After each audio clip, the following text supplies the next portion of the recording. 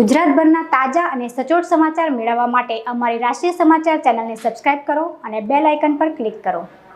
સુરત શહેરના જુદા જુદા વિસ્તારોમાં છેલ્લા ઘણા સમયથી એકલ દોકલ દેખાતા પેસેન્જરોને ઓટો રિક્ષામાં બેસાડી આગળ પાછળ ખસવાનું કહી નજર ચૂકી મોબાઈલ ચોરી કરતી ઓટો રિક્ષા ગેંગ સક્રિય થઈ છે, જે ગેંગને ઝડપી પાડવા શહેર પોલીસ દ્વારા સતત વોચ રાખવામાં આવી રહી છે। આ દરમિયાન આવી જ એક ગેંગના 2 માણસોને ઝડપી પાડવામાં ખટોદરા પોલીસની ટીમને સફળતા મળી છે। ખટોદરા પોલીસ મથકના સૂત્રો પાસેથી મળતી માહિતી અનુસાર સુરતના રૂપાલી નહેર પાસે અજાણ્યા 2 શખ્સો ચોરીના મોબાઈલ વેચવા માટે ફરી રહ્યા છે, તે મુજબની માહિતી ખટોદરા પોલીસને મળી હતી। જે માહિતીના આધારે ખટોદરા પોલીસની ટીમે રૂપાલી નહેર નજીક વોચ ગોઠવી શંકાસ્પદ જણાઈ આવેલા 2 શખ્સોને ઝડપી પાડ્યા હતા।